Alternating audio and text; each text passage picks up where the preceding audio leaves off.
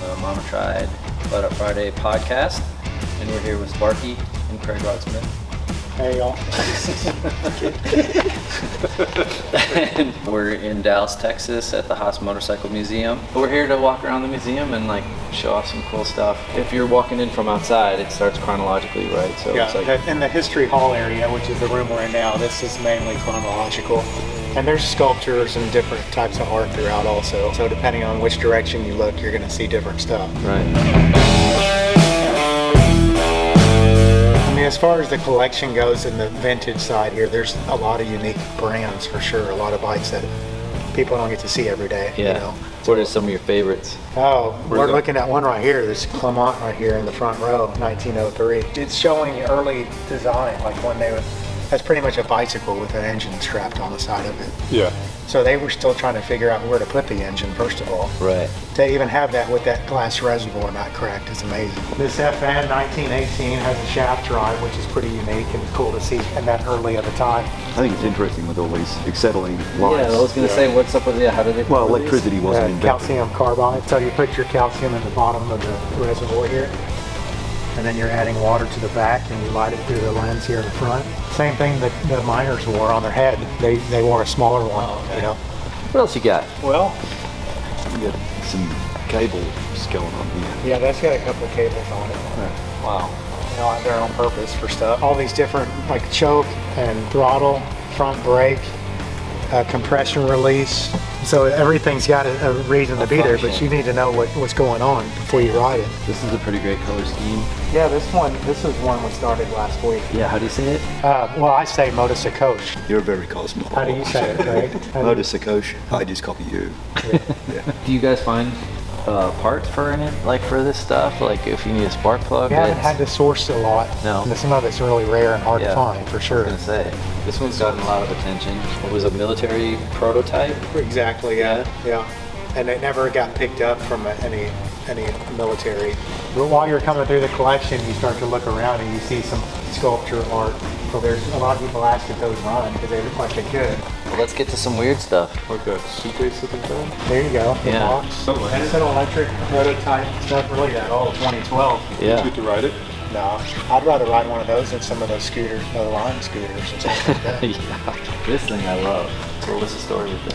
So it's an early example of motorball sport, which was more of a European sport. It didn't really kick off in the United States as much. It's a great concept. Yeah, it is. These are probably some of the most unique Art Deco examples in this row right here. So these are all pretty rare bikes in this back row. A lot of these brands, Dresch, Neander, Ascot, Poland, the Majestic.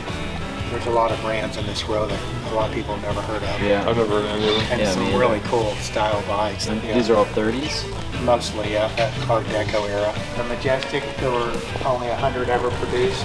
And this is a new motorcycle, which he also did 100 of. We're probably the only collection, I think, with one of each. Oh, really? Yeah.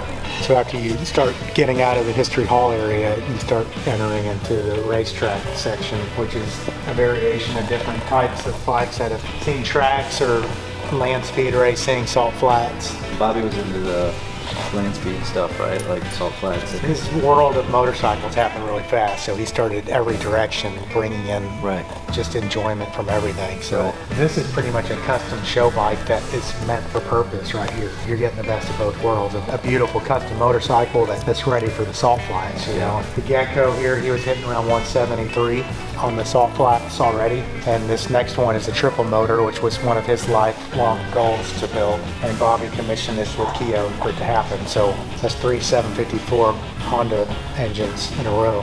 The record for this bike right now is right at 200 miles an hour. So that would be what he wants to be. I mean, some of these saw track time and some of them didn't. It just depends. There's a story behind all of them. Over here, Yeah, this Adler. Adler. This is another one there, 1954. Pretty much handmade. I mean, everything on it's handmade. Bobby Sergian. He was I think 15 years old on the salt flats. Oh, right. Okay. Bobby talks about Yeah.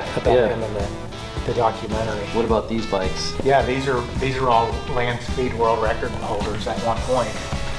Max Hazen's salt shaker right there, that's a Modus V4 base. Pretty much built that from the ground up. Bobby commissioned it for land speed, world record. The first day he had it on the salt. So he got to 207. That bike is still fast enough to beat the record again. Really? I was really fascinated. I had no idea about the asymmetrical handlebars. Yeah, and that's his style. He designed that style of riding to get less wind resistance. And amazing. he's pushing nitromethane on a pre-vintage Triumph motor. 175 was the record with this one. Custom style land speed. Mark Atkinson here with the Alpha, which that design got a lot of popularity. Yeah, Everybody yeah. wanted. What's over there? The Yeah, barrel. yeah. He used like a P51 jet for the mold for that. front Really? end on that. The yellow peril set a world record at 147 miles per hour. So, and what's the story with this? This was actually raced, I believe, for like 10 years, and he modified it over the period that he raced it. And this sidecar leads us into the sidecar alcove, which is most of the sidecar collection in here. This was one of Bobby's daily riders, Harley the Liberty sidecar. Okay. And that was his thing, right? He was like, that's how he kind of got into motorcycles from sidecars. Yeah, he where he preferred started, sidecar. yeah. And he wanted about 100 on the salt flats on this just to do it. This one's pretty neat. This brings us into the custom shop.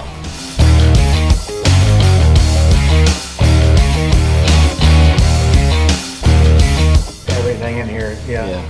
They're all just different ideas and Like super blog famous, internet famous bikes that you just would never ever get to see otherwise. What's the deal with this thing? This is Parker Brothers, the new Tron, so the movie Tron. So Tron inspired, it's all electric, and it became a production bike for them for a little while. Like really? people liked it. So Really? Yep.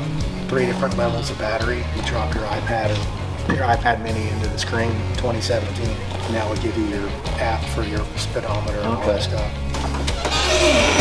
It's like a giant centipede. Some pretty neat stuff in here. What are your favorites? I get asked that all the time. Yeah. There's just so many unique aspects, and they're all hand-built bikes. So, I mean, it's someone's work and art, put together to build one of these. Yeah. 1915 Indian Shinya. So the Motor Century is probably the oldest engine in the custom shop. Okay. And that's all handmade with 1915 technology. So everything he did on it was hand hammered and shaped. Really? Yeah, that's a Douglas racing motor, handmade frame. Everything's handmade on there. You can see like the pedals for the brake and the clutch. This one's pretty phenomenal too. The single cylinder. Yeah. And who's this guy? Does all the aluminum polishing stuff. I think it's Craig Broadsmith, I think. I still don't understand. Basically, there's 3 single cylinders. So, because they're 2-strokes, so each one's got its own crankcase. Then they drive this. Think about this one. See behind there? There's a chain. They're all joined together. Okay. Then this is the starter. They got an electric start here. Then they drive through this. Back there's a lay shaft that drives that chain. This is a centrifugal clutch here. And then this drives the axle, and basically the wheel bolts on the other side like a car. So the motor stays just in that motor, position. yeah, stays completely still. But the wheel turns around. The wheel turns, yeah. So your other 2 exhausts come out the fender over here. Yeah, and then one comes out down there. And what about this thing? Well, this is the original land speed bike. We built Psycho for Bobby to get a land speed attempt on. He rode it. He actually rode in the alley, and I ran at it in a speedway. I learned a lot. I'd never built a sidecar. It's my first sidecar. And why'd you choose Moto Guzzi? Well, I wanted to get something like in the class that was obtainable for Bobby, which wasn't ridiculous fast, and I wanted to keep it under 1,000 cc. So the only competition I've got is other Moto Guzzis or Sportsters, basically. And I'm a bit of a Guzzi fan. But the thing with the Guzzi is so expensive to make this thing go fast. Yeah. It's like people aren't building fast Guzzis. Let's talk about this one, because this kind of started it all off, right? Yeah. You and Bobby? I built this, and I didn't build it with the intention to sell it. I didn't intend not to sell it.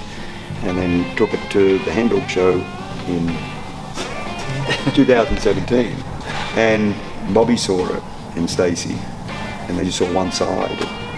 Apparently he said, let's buy that. And Stacy's like, well, what about, we haven't seen the other side. He's like, I don't care what the other side looks like. That was the beginning of our friendship. And then this was the next bike, commissioned me for this one, then the Killer, and Mr. Fahrenheit. This is great, but you were at the end of your rope with. Yeah, I was typical starving artist and run out of money.